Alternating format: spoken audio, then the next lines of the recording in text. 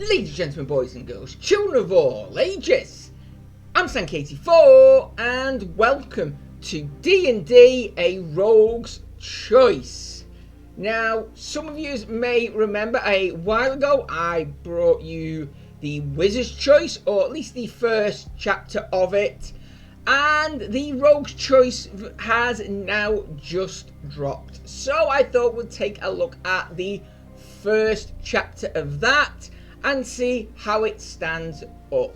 So let's get in, shall we? It's exactly the same as with the Wizard's Choice. We get a story, we get to make a choice, and we get to see what the consequences of that is. So let's see how we do with the the Rogue's Choice. And looking at this as well, this one looks like it's going to be a long one, 22. So yes, I'm going to enjoy playing this till the end. And just so you know, I did finish off the Wizard's Choice one, and geez, that got hard as the chapters went on. But anyway, let's see what the Rogue has in store for us. Okay, so starting out, you're about to immerse yourself in a massive and dangerous adventure. Read, scroll, make choice, that's it. Your progress is automatically book made, but take care, if you die, you'll have to restart the current chapter. So, let's have a look at chapter 1, shall we? Yes, I know. Content warning. Fine, I know. Okay. Gods, the Duke's men are greedy, you think. Hopefully, you're done paying bribes for the day. The guards demand all your money and then all your weapons in return for letting you through the gate. You're glad they didn't discover your hidden coin purse and dagger. At least they can be bought, you think. You understand men like that. Men like that will keep their mouths shut if anyone comes sniffing around for deserters from Lord Wellington's army. The tales you heard of Ring City are true. It's massive and alive. Street vendors everywhere. Horses, wagons, charging through the crowds, shouting, laughing. The smell of horse manure, and worse, fills the air. Despite the stench, you smile when you see the sign for the Green Dragon Inn. The painting of the dragon and the letters underneath are so worn they can be barely made out. A drink, at last, you think as you enter the inn. It's only afternoon, yet there are customers scattered about the large hall. The fire is unlit on the hearth, and the air is cool. The barkeep wipes a glass as he watches over a trio of men playing cards at a nearby table. Their skin grimy and their hair unkempt. Men from the silver mines, you think. A serving wench wearing a stained apron walks past the miners, balancing a tray with tall mugs of ale and what looks like hunks of cheese. One of the miners casually swipes at her rump but misses. There are people at several other tables. An attractive pair of richly dressed young women catch your eye. Maybe it's actually the large golden bracelet around their delicate arms of the one that catches your attention. The women lean into each other, chatting merrily. There's an unopened bottle of wine and a pair of empty wine glasses between them. The musician's stage, empty of performers, is currently being used for additional seating, with one table set in the middle. At this table, a muscular soldier sits across from a woman with long black hair. It spills out of the hood of her billowing cloak. He's not in armour, but his sheathed sword leans against his leg at the ready. From the insignia on his tunic, you know him as one of the Duke's men. The woman is pretty, maybe even beautiful, although her expression is severe as she glares at the soldier, and you're not sure you'd like those intense eyes measuring you. A mangy dog makes the rounds between the tables looking for scraps or a scratch. The soldier looks over at you, a smile lingering on his face. From his conversation, your stomach clenches. You do not want to appear afraid, but you also do not want to attract attention. After all, you're a deserter. What do you do? Okay, so first thing before we make that choice, I'm so glad to see this is being kept in Ring City, just like the first one was. So, yep, we kind of know where we are and our way around for the most part. But, yeah, let's see, what are we going to do? Act as though you didn't notice him or nod at him in greeting. Oh. Okay. Yeah, he's probably noticed that we've noticed him, so just nod. I will not appear afraid, you think. You know that the soldier, his eyes widen slightly, as though only now noticing you. Damn it. He does not nod back. Rather, he holds your gaze for a tense moment. You turn your attention away from him to the bar straight ahead, and take what you hope is a confident step forward. Concentrating on the aroma of cooking meat, you do your best to smile. Certainly, he will mind his comely companion over me, you rest assured yourself. You risk a glance back at the soldier. Thankfully, you're right, his attention is back to the cloaked woman and they are speaking quietly. Okay. As you stride further into the inn, you again consider your situation. You're low on gold, and in a city like this one, that's a very bad thing. If you don't want to be sleeping on the street tonight, you're going to need to make some coin. Far worse than sleeping in the gutter, however, is missing your payment. 10 gold pieces by sundown tonight, or I may as well slit my own throat, you think. 10 gold by sundown tonight, and another payment every new moon until your debt is paid. That was the arrangement with House Vrudder. Not that you had a choice. There's no way to make that kind of coin in the next few hours in any honest way. You walk up to the table of miners. May I join you? One of the miners, a blonde man with grey in his beard, looks up. Of course, boy, and bring your mother so she can sit on my lap as you suckle her teat. One of the other three laughs, his filthy beard dropping crumbs onto the table. The third miner just stares at his cards, his eyes half glazed, seemingly obvious. The game of cards may require an upfront investment. You could buy them a round of drinks to buy in at the table while increasing your opponent's intoxicity, or you could simply ask to join them. Nah, let's get him a drink. Might as well. I mean, we haven't got enough gold as it is, so what kind of drink? You're drinking ale right now, you could give them another round of that, or you could spend a little more and buy a round of the hardest stuff. Now, let's get them wasted and we can just rob them. We are a rogue after all. A round of dragon's fire for my friends here, you shout to the barkeep, perhaps with a bit more bravado than you intended. The barkeep nods and taps the top of the bar with his finger. You stride over and slap 2 coins down. He smiles and grabs a broken. He smiles a gabbed and broken smile. He has a large scar down his throat. The little lamb breathes fire, says the blonde miner, pounding his fist on the table. Good, slurs the glass-eyed miner. I had enough of the watered-down piss they call ale around here. The hard stuff, exclaims the blonde miner. Respect for elders, a rare thing. These three are already pretty well drunk, but the dragon's fire ought to make them quite a bit drunker. I may not even have to cheat, you think. Boom! 9 gold! You sip your mead slowly. Nevertheless, you start to feel your throat begin to thicken, and so you accidentally spilt the remainder of your drink across the table.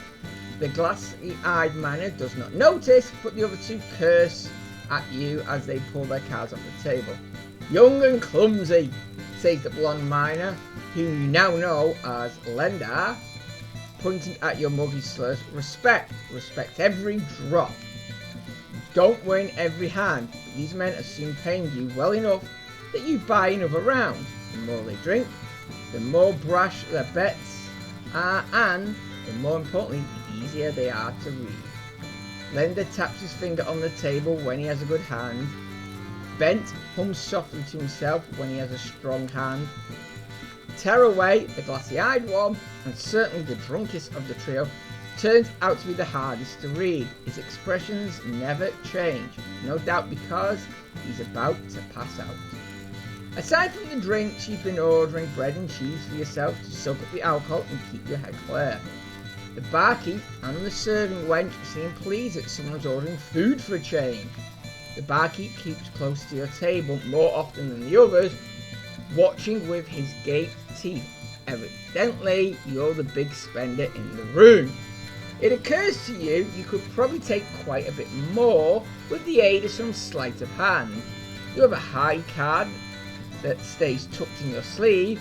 When you were in your lord's army, you used it for card tricks, something to while away time and entertain.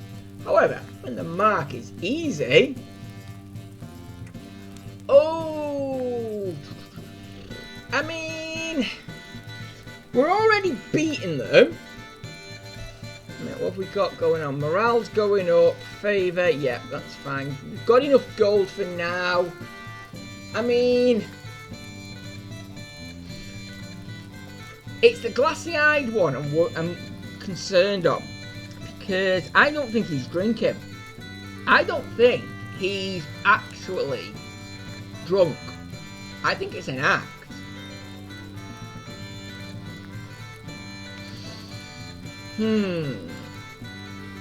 No, I'm not going to risk it. We're already doing well. I'm going to play it straight. Okay. The miners are drunk, but that barkeep and the serving wench are keeping a close eye on you.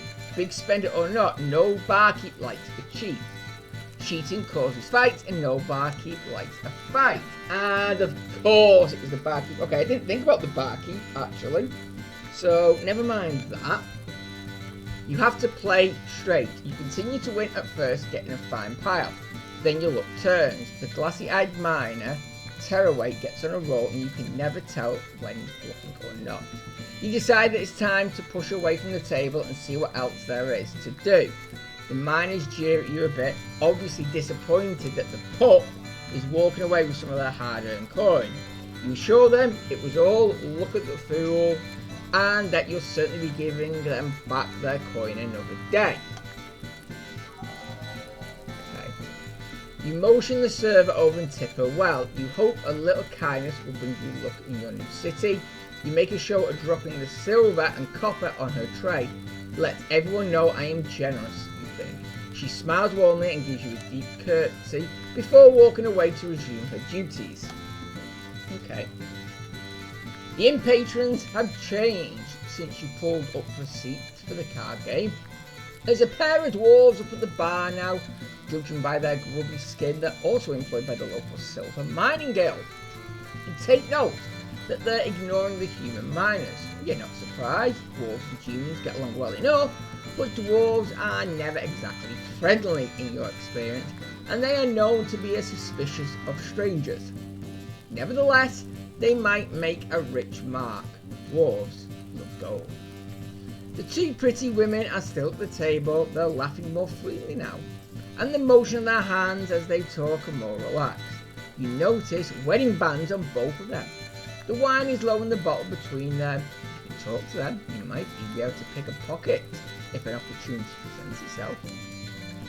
The cloaked woman is still at the other table, but thankfully the soldier in the tunic has gone. Her long black hair covers much of her face, but you can see the scowling lip pointed down at the table.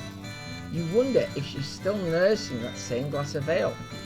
Maybe you shouldn't risk her, but there are a lot of pockets in that cloak. She might have something valuable in all those folds. She's not a mark for me, you think. She was in the company of one of the Duke's soldiers, and besides, you haven't been in the city long enough yet to know who is safe to steal from. You'll need more than gold to make it in this city. You'll need knowledge too. You decide to start with the dwarves. If nothing else, dwarves live a very long time. So this pair might know a thing or two about the city and its surroundings, if they'll speak to you. You're a pace away before the dwarf nearest you turns and narrows his gaze, dark eyes at you. And what would you be wanting? He says in a loud gruff voice. Suspicious creatures, you think. It's like he can smell your intention. I, you stammer, was just gonna offer to buy you a mug. His beard twitches. What for? Because I'm so pretty? Ha! Shouts the other dwarf, slapping the bar. Every time the nose hair charms him. Oh, never mind then, you say. No, says the first dwarf. By all means, you may buy me a drink. By Bondar's belt, you can buy this one. He raises his mug. I already paid the man, so you pay me now. You want me to pay you a coin? Is that not the same thing at the end of it all? He asks. His beard twitching rhythmically. You wonder if this is some sort of silent dwarven language. It is just that I'm new in this city. Oh, that is plain, says the dwarf, cutting you off. Ha! Shouts the other dwarf, again slapping the table. I'd like to speak to some men, dwarves of wisdom, you say. A conversation. Ah, well, if a young human wants to chat our ear off, only the top barrel slug will do, says the dwarf. Only the best ale will make listening to that bearable, agrees the other dwarf. The barkeep approaches. What'll it be? Greedy dwarves, you think. They want you to buy the best ale in the house. Alright, well, as long as we stay over 10, you know what? We need information. We need to get... I could be spending too much, because I might need this money later on. Screw it, let's see what we can get out of him. The barkeep flashes his bronzy smile when you tell him your order. The dwarves bow and introduce themselves as Fulmer, the more talkative and abusive of the pair, and Hijorn. Both beards shake rhythmically as the mugs are placed before them. So, what is it you want to know? He closes his eyes, he sips from his mug. I'm new to the city, you say. What advice do you have for me? A man who pays for advice, says Thumlar. Not the worst sort of human, I suppose. Not the worst sort, not by any length, rejoins Hijoran. I'm just going to call him Hijoran. Let us start with the city's name, says Thumlar. Do you know why they call it Ring City? Because of the circular walls, one inside the other. Like rings of a tree stump, you say. Right, says Thumlar. 3 rings of walls that make 3 very different parts of the city. The inner ring was the first wall built. Back then, it was only a town. Called Hell's Gate back then, says John. It was well named, always under threat by brutal giants of landers who lived in the nearby mountains, says Thumlar. You can understand why the humans needed a high wall. Anyway, as the city grew, a new wall eventually had to be built to contain her people. 3 walls so far, and there will be more in the centuries to come. If we keep finding silver, she will grow, says Hijorn. The point is not the history lesson. The point is that those rings, the outer, the middle, and the inner, make up very different... what do you humans call it? Social strata, says Hijorn. Well, sure. Different neighbourhoods, says Thumlar. The inner ring at the centre of the city is for the Duke, the nobility, and their servants. Where we are now, the middle ring, is where well-to-do commoners live. Begs the question of how you got in here, says Hijorn. One does not just walk through the wall gates. Hijorn and I, and even those filthy minds you were playing cards with, are all a bit more than mere miners within the guild. We dwarves are specialists.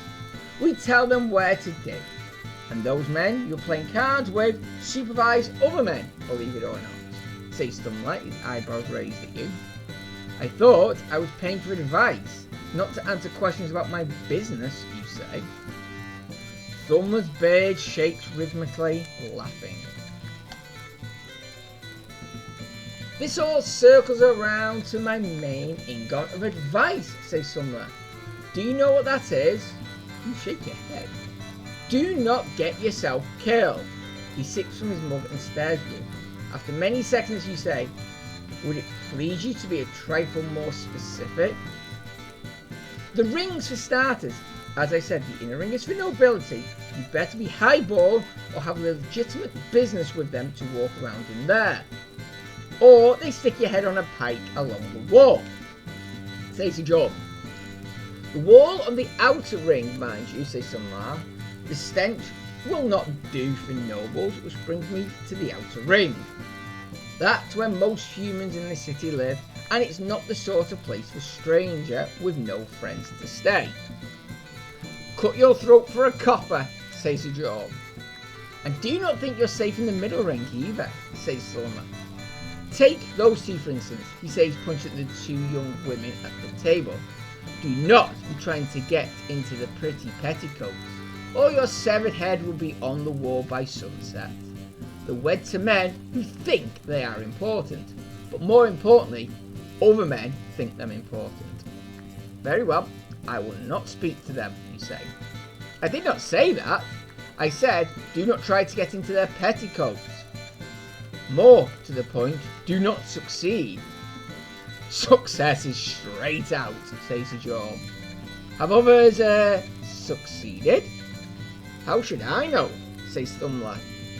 Well then, how would you know that suck Bandoshek sake? I've lived around your people longer than you, Thumla scored. I know how humans are. You fight and die over the tall and skinny ones, says the Job.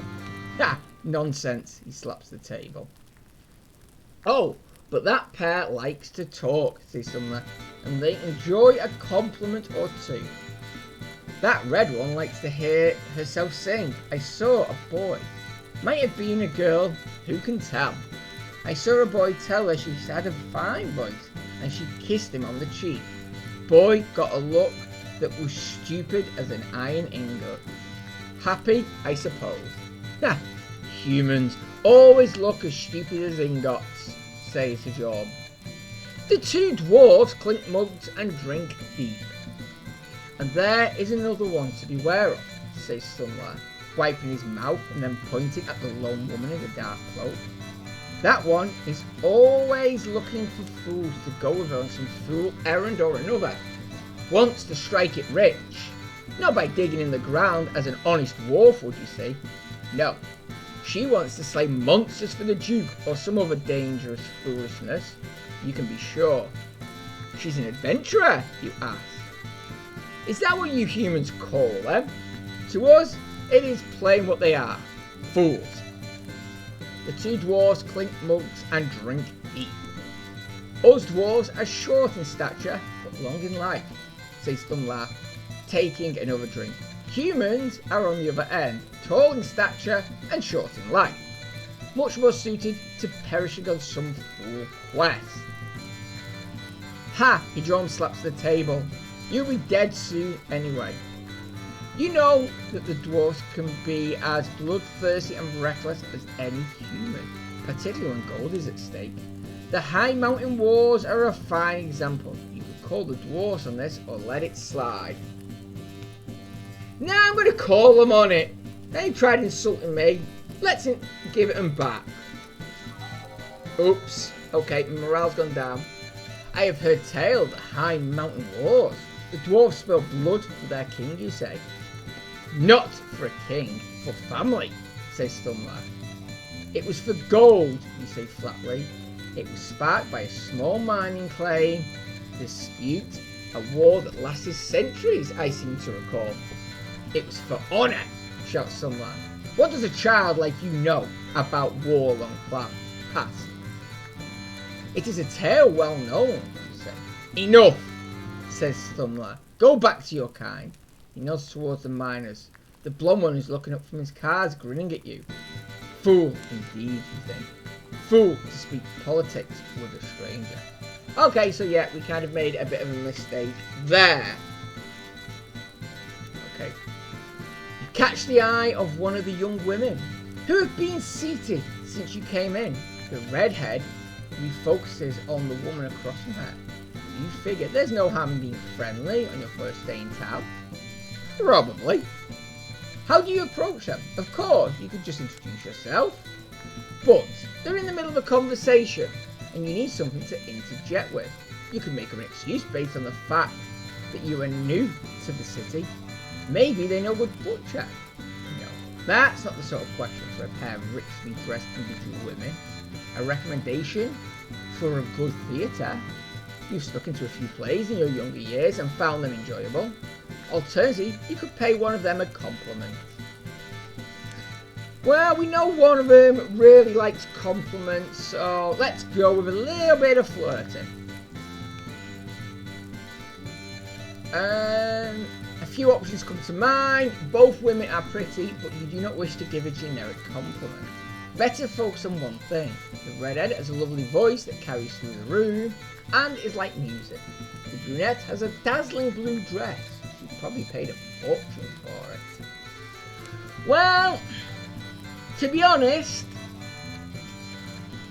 it's not a choice. There's a redhead. We're complimenting the redhead no matter what. There we go. Oh yeah, the redhead was definitely the right choice looking at that picture. The women are seated at a table on a raised platform, perhaps normally used as a stage for musicians. Although you are normally comfortable speaking to women, you can't but feel a twinge of intimidation as you approach them from below. Apologies for the intrusion, my ladies, you say as you step up onto the platform. You now have both their attention, but you have a voice that is pure music. You nod towards the redhead and widen your eyes to show your wonder. A huge smile lights up her face. I can only imagine what it's like when you sing, you continue. You could stop a charging gorgon with a voice like that. Thank you, kind sir, she says, her beautiful voice raised into an ecstatic squeak. The brunette is scowling, but she quickly adopts a forced smile as her companion looks over at her. You don't want the brunette against you, so you quickly say, and you, that dress is a wonder. You obviously have an eye for beauty. The corners of her fake smile hitch up slightly. Look at you, stranger, she says, not mollified enough. Breathless flattery like a dragon breathes fire. The redhead clears her throat. Yes, she says, clearly projecting her voice now. What business brings you to the middle ring? I was hoping to find some entertainment in truth. I would enjoy a good play, and you look like the sort who would be able to tell me where I might find a theatre in the city. You pause and add, I only spoke the truth about your impressions upon me. I hope I did not offend. The redhead smiles and waves a hand. There are two theatres in the middle ring, Bard's Tale and The Dog's Snout. If you'd like the classics, then Bard's Tale. If you want comedy, well, then you have the other. What is your favourite play, stranger? Asked the brunette with an easier smile. You could be honest and tell her you do not have one yet, but wish to. Another option would be to lie. You've heard that there's a new play out called Drala's Vengeance that is gathering critical acclaim throughout the kingdom. The women might be impressed by a man of culture. However, if you pretend to have seen this play, they will test you. Oh! We're a rogue, we're going to have to lie. What's a rogue that doesn't tell lies or cheats? So we need to what? Ooh. I enjoyed Drala's Vengeance, you say. Oh, it was delightful, exclaims the brunette. She smirks and leans forward in her seat, but I fear I did not understand the end. Perhaps you can explain it to me. Her large green eyes are full of mock eagerness. She's testing me, you think. Of course, you set the trap yourself. You cannot blame her for revealing that you're a fool. Vengeance, you say with a shrug. Evil was done, and vengeance upon the wicked was taken. The brunette leans back, frowning. Strange. That was not the sort of ending that Let us not bore him, Katrina. The redhead smiles kindly. The outer ring of this city has only one theatre. The final song, of course. I do not recommend it. I do not recommend going anywhere in the outer ring in the evening unless you enjoy being rubbed and beaten. And then the inner ring boasts high mark, she adds. This little bit was a dismissive wave of her hand. High mark, the brunette repeats with a scoff. You're pretty sure that comment wasn't directed at you? Her appraisal of your social standing, you don't know much about Ring City, but you do know what the dwarfs told you about only highborn or those with business being allowed through the final wall into the inner ring. It appears the redhead is happily drunk and the brunette is the mean drunk. You could tell them something to that effect, or you could keep quiet. Now let's just let it slide for now. We're not going to get into a fight with them. Well, perhaps I should leave you both to your conversation, you say, motionlessly. No, stay a moment, says the redhead, putting her hand up. I am Rahisa, and this is Katrina. Twirling one finger in her fiery red hair, she asks, and you are? They call me Dragon, you lie. Dragon, Rohi repeats with a faint smile. Well met. Well met, chimed in Katrina half-heartedly. Which was kind what you did for Amelia, says Rahia. Who? The servant wench, Amelia, says Rahisa.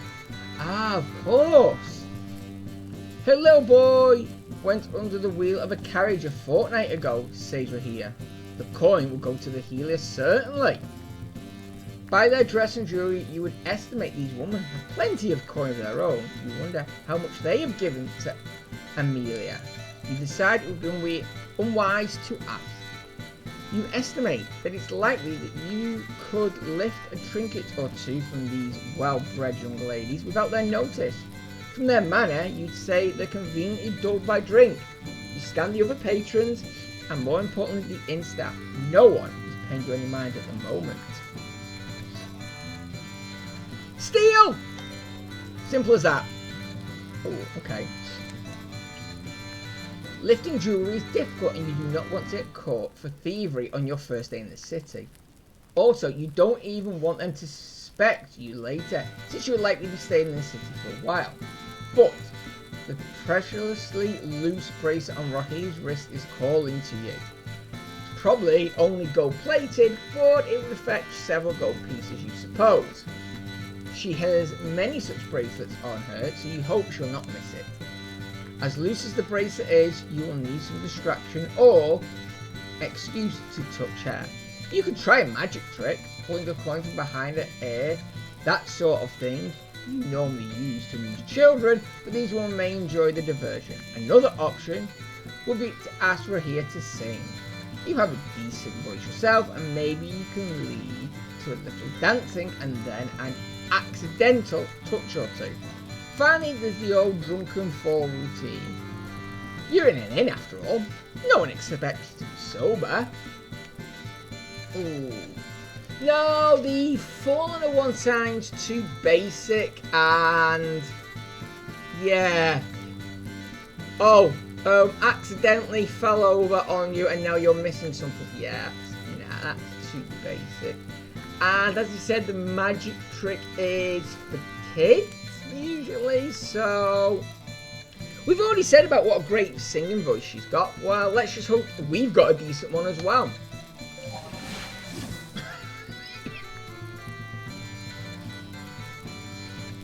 Would you mind singing for me?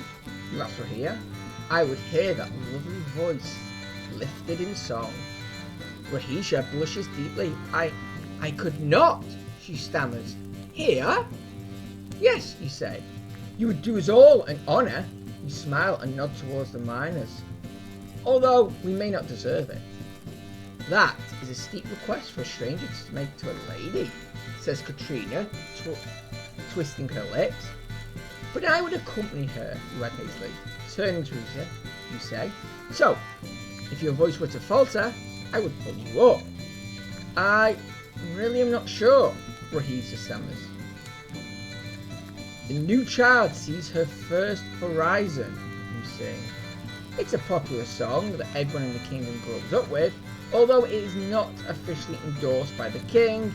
It's a song about peace after all. The new snow falls from the sky. Rahisha joins in without missing a beat. Your voice meld together, and it's rather good if you do say so yourself.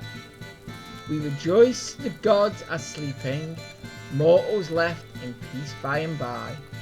It's not long before Katrina joins in, though she's doing little more than humming. Soon after the miners join in, you're not surprised. By now they're drunk enough, they do not add well to the melody. Rahisha gets to her feet, her confidence growing. She smiles sweetly at you during the pause between verses. Even the cloaked woman in the corner begins singing softly towards the end of the song. When the song is done, the humans clap and the dwarves pound the bar with their fists. Boom! 8 gold! Thank you! Another, my lady, you ask. Something merry? She says, flustered and beaming. Get your dog out of my bed. He has fleas, plus he's dead, you sing. The miners shout encouragement. No, not that, shouts Rahisha. A proper drinking song. Oh, you start. I know a maid who loves her ale. She thought it me, but it was my dog's tail. Rahina laughs and shakes her head. She lunges towards you, putting her finger up to your lips.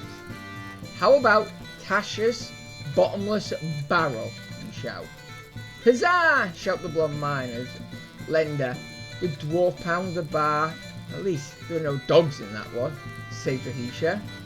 You and Rahisha start the song and the entire inn joins in. Soon, the two of you are dancing. You take her waist and swing her around and around. The bracelet comes off her wrist like a whisper. With the business done, you're free to enjoy the rest of the song. Belting out the broadly, richly lyrics and dancing with Rahisha. You even tried to switch partners and dance with Katrina.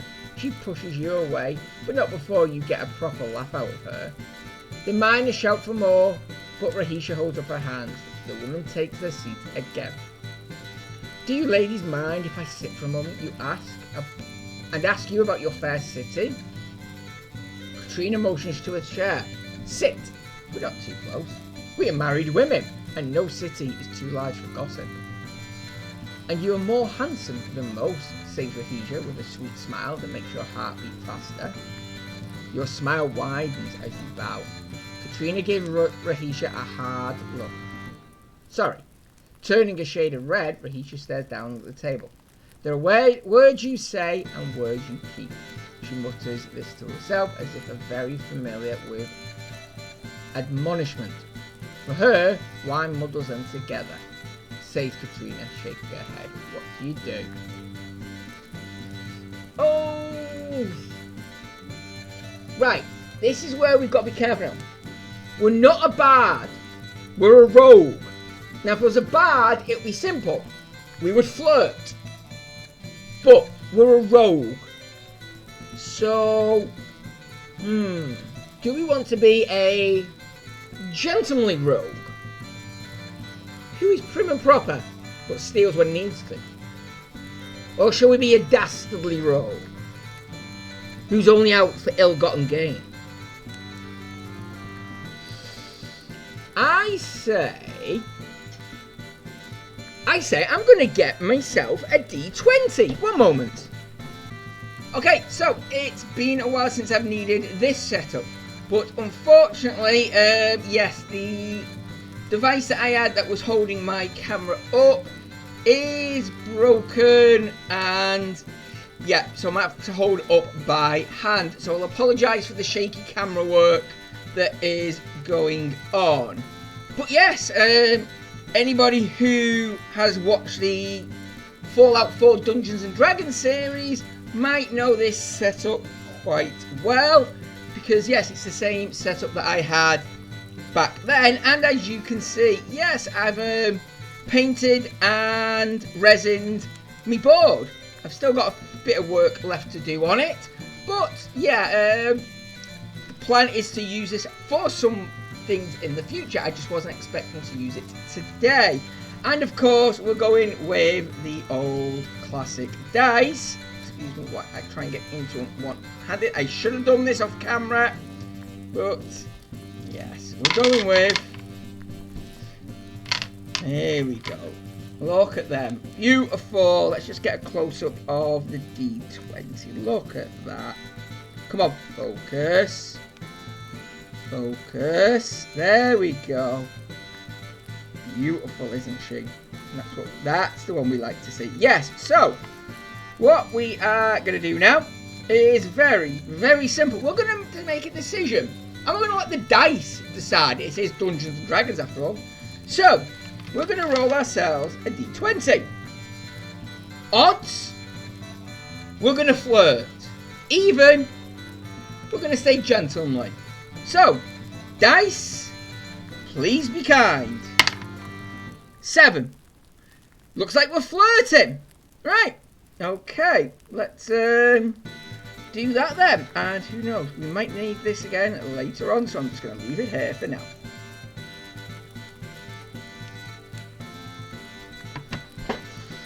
Okay, so flirting it is. Relax, you say, looking into Rahiza's blue eyes with your most smouldering look.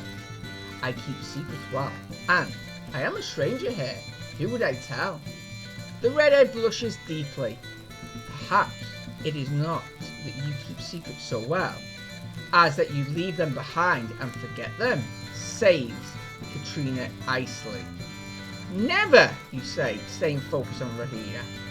And I make sure my secrets never forget me. She smiles and then looks away. What shall we tell you of our city? Says Rahiza. A path to some coin would be a start, you say. The mining guild is the largest employer, says Rahiza. You clear your throat. An easy and rapid path to coin. She laughs and then seeing that you're serious thinks for a moment. If you can swing a sword, join the Duke's men. They're always skimming and bullying the outer ring. The authorities here are little better than a thieves' guild, whispers Rahiza. My husband, he supplies the farmers in the area and... Manure, says Katrina laughing. Her man supplies horse manure, scooped from the city streets. He does not scoop it himself, says Rahiza, looking poignantly at her companion. His guild provides a service to the city while increasing the harvest of our local farmers. Get paid by both the Duke's treasury and the farmers, says Katrina, with a laugh. Who knew what came out of the end of a horse could be so profitable? Rahiza lowers her voice to a whisper. We pay a tax to the city guard for protection. She makes a sour face. Katrina sighs. And protection you get, not just from the Duke's men, but from any other guild who wants into your business. Remember the Sweepers Guild? More than one of them got their skulls cracked when. Point is that the only real law here is the edge of a sword, says Rahiza, interrupting Katrina. If you wish to do business, make the right friends, says Katrina. True here and everywhere else, you say. The trick is to make the coin, to make the friends in the first place. Well, you can talk to her, says Katrina, tilting her head towards the lone cloaked woman across the air. She fancies herself a sorcerer or some such. I've heard she's looking to form a party to risk life for loot. She wants to go into the... Rahiza hunches down over the table and whispers. Sewers! She makes a face. To hunt whatever monsters are down there. A party was formed a moon ago. One of the Duke's men and several desperate rabble, says Katrina. A young farmer with a pitchfork was the only one to make it out alive. Pitchfork, you ask? Said it gave the wretch he needed to keep the vermin at bay. She shrugs. In any case, that doomed expedition did not encourage any more adventurers except for her. No wonder, says Rahisha, hunching even further down over the table. You know what is said about her. Rahisha, do not! That she raised the dead. Sorry. That she raised the dead, she whispers. Gods, you mutter. Like a zombie? Her cat, says Rahisha, her eyes wide. Her cat? You say, blinking. Do you jest? To raise an animal, even a beloved pet, is illegal, says Katrina. Necromancy, she adds in a whisper. So, why is she not in the dungeon or her head? Because it is only a rumour, says Katrina, cutting you off. She shakes her head at her friend. There are words you say and words you keep. Rahisha smiles sheepishly at her friend. The three of you are huddled together at the table. As you just notice this, Katrina sits back in a chair and motions to the serving wench. A pair of coins in her fingers. Dragon, my friend, I've enjoyed our talk with you, but it is time for you to leave. Rahisha smiles sadly. It will not do to be seen conversing with strangers. People talk.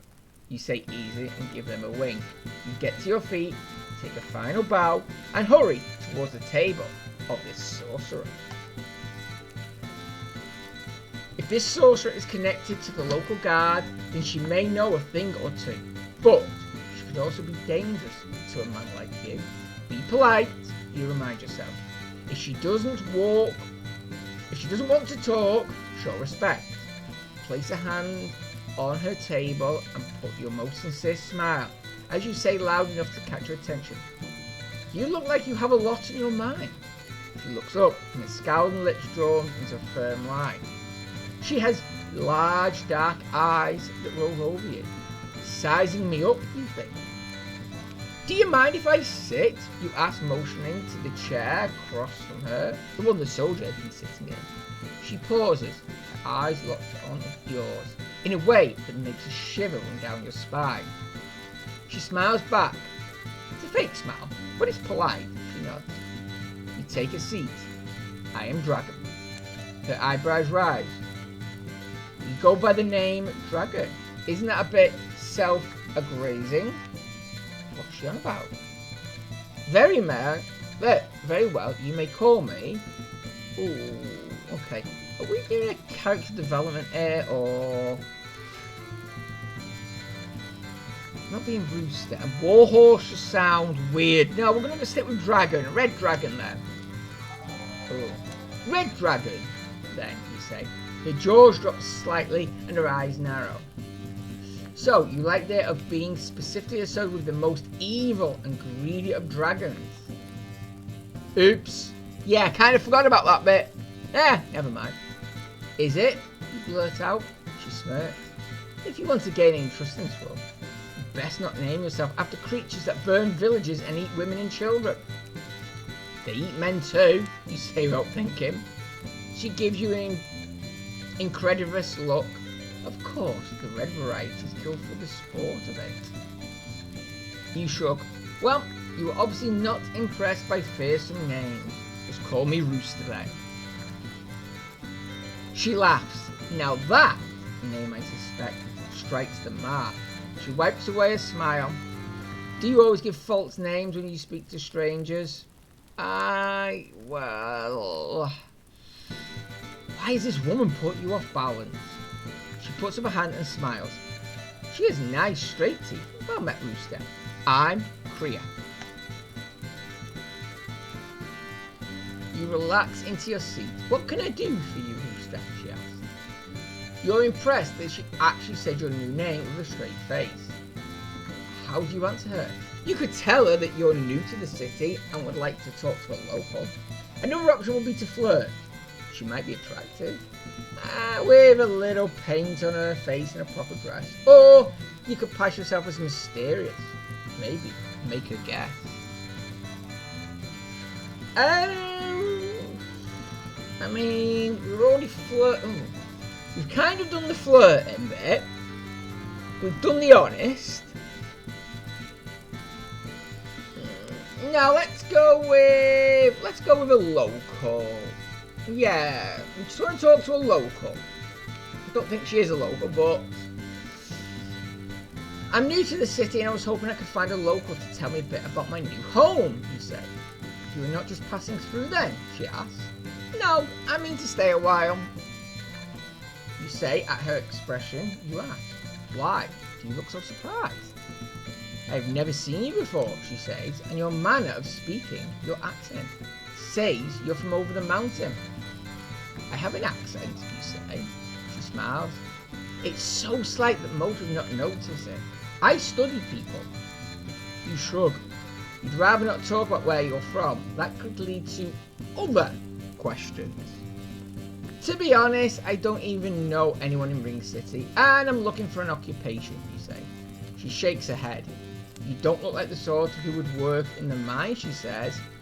I don't look strong enough, you ask. You appear healthy, and the gods have gifted you some height and frame, but there are no calluses on your hand, she says. You don't make your coin with hard labour. I'd rather make it with my courage and my wit, you say. They call Ring City a place for adventure. She leans in. Really? Is that what you are? An adventurer? You nod. Where are your weapons and armour? She asks. I sold it all to get here, you say. Cree suddenly sits back in her chair. Her cloak opens slightly and you catch a glimpse of what looks like fur in a large inner pocket. Stranger, I am getting wary of lies. Noticing where your eyes are strayed, she closes her cloak. Lies, you ask, doing your best to sound indignant. Half-truths, perhaps, I cannot say. Well, let me be plain. I heard you may have a job for an adventurer, you say. She chants something in a slow, low voice and then slaps the table sharply. What did you say? What was that language, you ask? Kriya studies you for a moment and then says, I saw you like card games. How about we play a game? If you answer a question of mine truthfully, then I will answer one of yours. Very well, you say. She spits in her hands and holds it out to you. You spit and shake. She chants something else again in a low voice. Alright, I'll ask first, she says with a satisfied smile. I do not care about your real name, but if I'm to do business with a man, I want to know who he is running from. I'm not running. Who are you running from? Your thoughts stop and your words begin to spill out in a torrential whisper. My family is one of high-skilled gamblers and expert thieves. Almost a year ago, my father stole from the wrong man, a man with connections to House Vrudar. The house murdered my mother. They sold my father to Lord Wellington's army. When he fell in battle, they sold me into the army, and now I carry his death. I'm to pay 10 gold by sunset at each new moon. You pause as you fight your compulsion to speak. God, she's bewitched me, you think. Pain flashes through your mind. Must finish. Lord Wellington cut wages from his soldiers and there was no plunder to be had. I feared I would not be able to make my payments for long. When I don't, they promise to rack and torture. A slow, miserable death. And that my sister will be sold to slaves. You pause again, fighting the enchantment, but you cannot. I deserted. I had no choice. So, I am running from Lord Wellington's bounty hunters. The fist around your mind loosens. Curse you! You hiss at her. You're a witch! You peer around the inn, afraid your revelation will have ruined your chance to glean more money here. Thankfully, no one seems to be paying attention to you. And you are a thief and a renegade. Her voice has no malice. In fact, it sounds kind.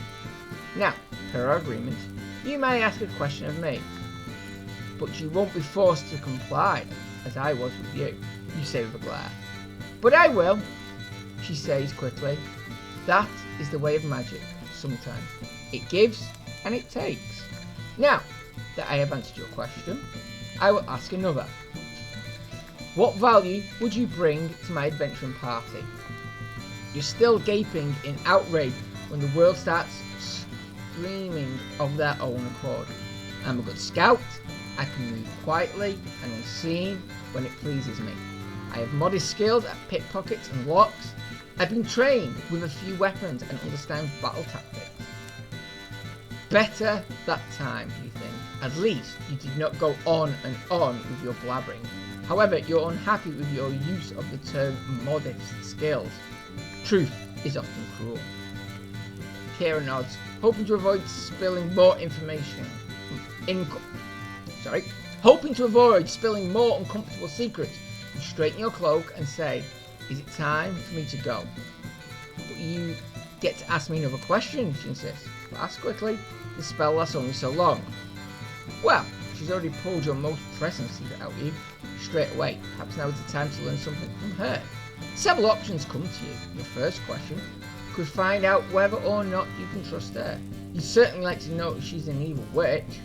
You're desperately curious to know whether she raised the dead, as Rahisha claimed. It might be more practical to ask what she brings to the event party. Is she a powerful wizard? Okay.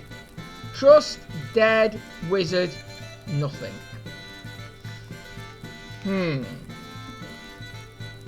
Now, I think if we're going to go into this, the biggest thing we're going to need is trust. So, yeah, we're going to ask about the trust. You're not sure how many truthful answers you will get with this spell, so you decide to go straight to what matters. If I adventure with you, can I trust you? Are you an evil witch, you ask? I will never betray anyone who conducts themselves honourably, she blurts out. The word honourably is a slippery word, you say. According to whose honour? Another question. It is my turn, and I will ask along the same lines, she says, again leaning forward. Can I trust you? Yes, you say automatically, and the answer surprises you. So long as I trust you, then you are a friend to me, and I have never betrayed a friend. She stares at you for some time and then nods. My turn, you say. You give Cree your most evil grin. Is it true that you have raised the dead? She scowls and hesitates. She bites the lip and finally says in a whisper, yes, I raised my familiar, a raven named Mighty Beak. A raven, not a cat. She laughs uncomfortably, shifting in her seat. I'm not surprised that is what you heard. They think witch, and then think cat. In any case, it did not work out. Once raised, he was nearly mindless and constantly hungry for flesh. Far worse than when he was alive. The poor thing could not even fly anymore. I destroyed it the same night. The spell really does compel her to speak the truth, you think. Unless she's being clever. What do you think of rats? She asks. Rats? You pause. You feel no compassion to answer. After a few seconds you simply smile triumphantly. Evidently, the spell has lost its potency. I shall decline to answer your question. Kriya frowns, opens her cloak and digs around for a moment. She then throws a furry animal onto the table with a long, naked tail. Rat! You gasp as you tilt your chair away. It lies limply in front of you. Its eyes are closed, its mouth frozen open, revealing yellowish incisors. I presume that you do not care for them, says Cree with a chuckle. Who? You stutter in a whisper. Who carries a dead rat? You look around the inn. Katrina is staring at your table. Her face is contorted in disgust. Put it away! You hiss. Cree continues to smile as she carefully lifts the dead rodent off the table and stuffs it into her cloak. Maurice was my most recent familiar. The smile fades. Trampled by a horse. Broke his back. Poor dear. I think it is time I take my leave, you say, scooting back your chair. And what of House Vrudra? She asks. Even if you have your payment by sundown tonight, what about the next meal? I'll manage, you say, standing. They stop at no expense. They hire the best tavernas in the kingdom to scribe for debts, she says. They have a reputation to protect. You agree.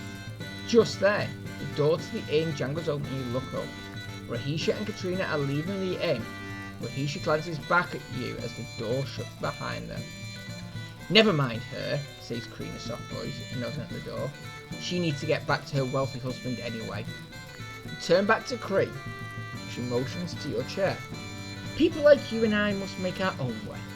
And I have a proposition for an avaricious man such as yourself. It's not just for me, you say. Your sister, I know, she says with a dismissive wave of her hand. Everyone has heard tales of how House Vardart settles debts. You sit. If you are an adventurer who hates rats, then you and I can make some coin, she says. You sigh. Does this have to do with cleaning out the sewers? That was a quest in the last city I was in. It's no wonder. Rats are a problem in all cities, she says. The mayor is offering 2 gold for each head. The giant ones, that is. People have been going missing. People are missing, you say? If I were the mayor, I would seek killers who walk on 2 legs, not 4. She laughs. Agreed. Nevertheless, the bounty stands at 2 gold per head. That's a day's worth of work in the mines. Instead of the mines, you'd have me down in the sewers, you say. That is what Melinith said, Kree says. That man of arms I spotted you with earlier. She nods. I cannot seem to form a party to go down there. The captain of the guard will not commit his own troops for the sewers either. It's diseases everyone fears, really, she frowns. And it stinks. You mean to tell me that you want to slug around in the sewers You let the sentence drop. A woman?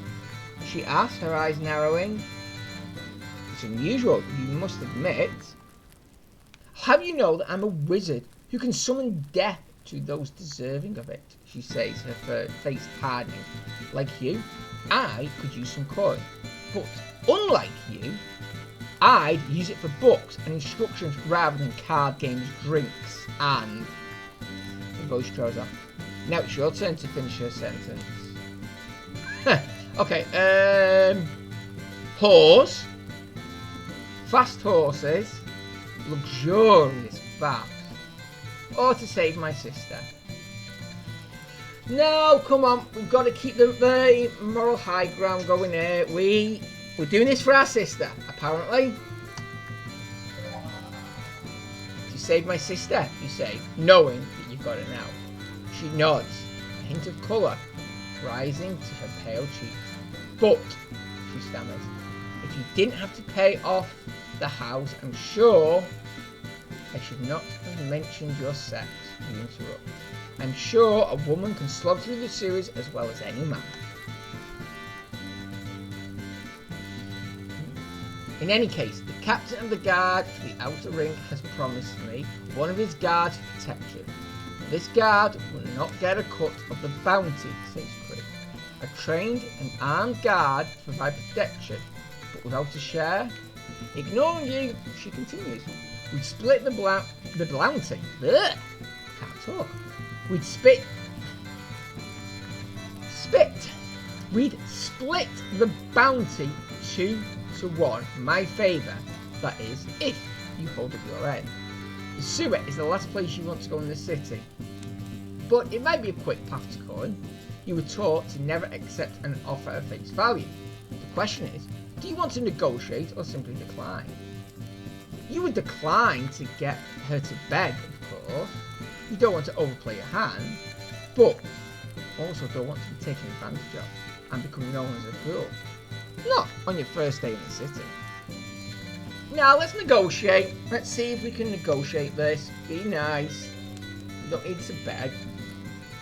Why do you get 2 shares to my 1? You ask. Would we not equally be in the sewer? Very well, you may have 2 shares to my 5, she says. That's worse than your first offer, you exclaim. She grins. Just testing. I would not slog through the sewer with a complete fool. Half each, you say. Equal risk, equal reward. What am I finder's fee? She leans back in her chair, crossing her arms. I found this job and negotiated the service of the Duke's man. You've done nothing more than wander into the inn. And I say inviting me into the sewers on my first day in town is a tough sell. Unless you are equal about it. She needs me for some reason, you think. We'll let this play out. She stares at you. Your arms remain crossed. Finally, she sits forward and takes a sip from her drink. Fine. Half it is. But you'll go first. You call yourself a scout? That is what you'll do.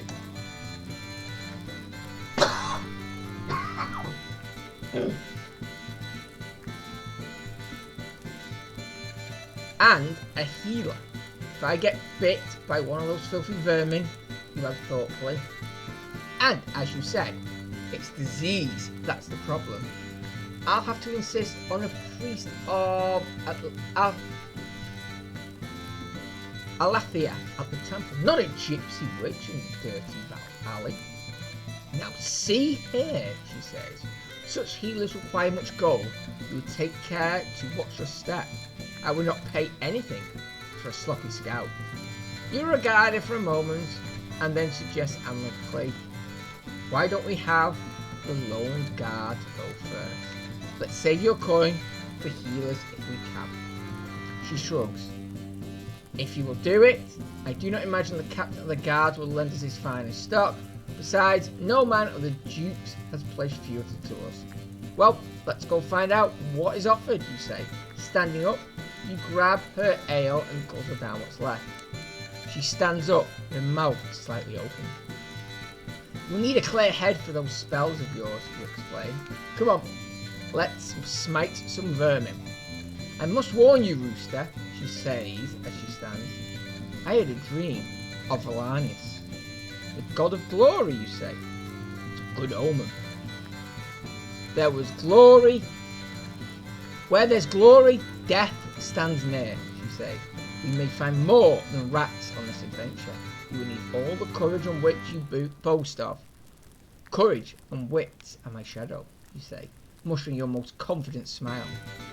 Do you need to remind the shadow to follow? Cream motions to the door. Lead the way, Rooster.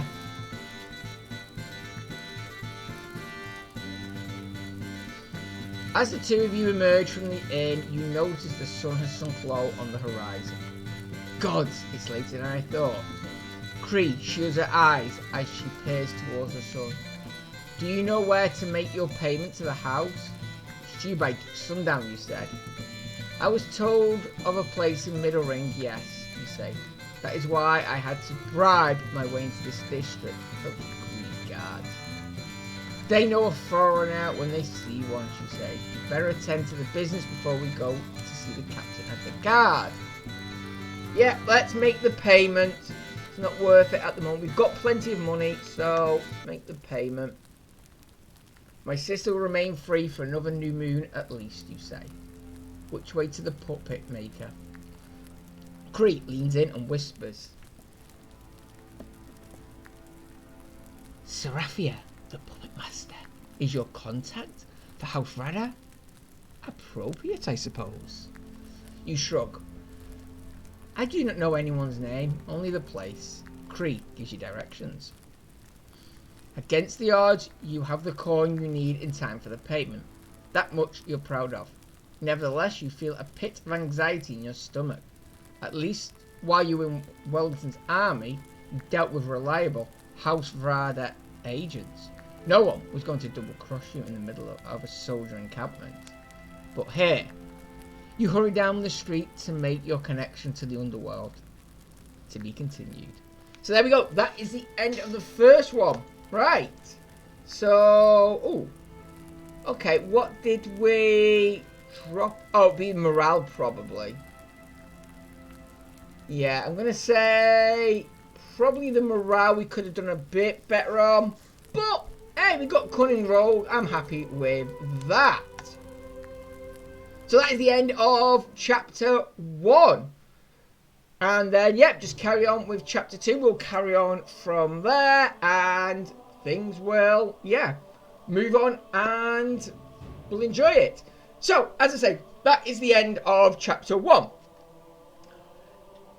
Who knows? Personally, I am going to carry on playing through this because I enjoyed the first one. And I know I'm going to enjoy this. I love these sort of games. Even though there is a lot of reading and it has killed my voice at the moment. My throat is killing me at the moment. But, yeah. Who knows what will happen if these videos do well and there's enough demand for it. I do not have a problem coming back and going through the original and this. So, yeah, if we just go in. Wizard's Choice. Great, I've really enjoyed that. The Rouge's Choice, as I say, has just come out now. I will put a link in the description below. So if you're interested and want to play through it yourself and see how your choices change the adventure, feel free. And of course, coming down the line, we've got Demon's Choice. And don't worry, I'll bring the first chapter of that to you when that drops as well. I am looking forward to that. But if you're interested and you'd like to see me go through making the choices, let me know. And if there's enough demand for it, who knows? I could consider bringing this back as a little series. We shall wait and see. But in the meantime, I've been Sankey84. This has been D&D Adventure Rouge's Choice. Thank you so much for joining me. Look after each other, and until next time, goodbye!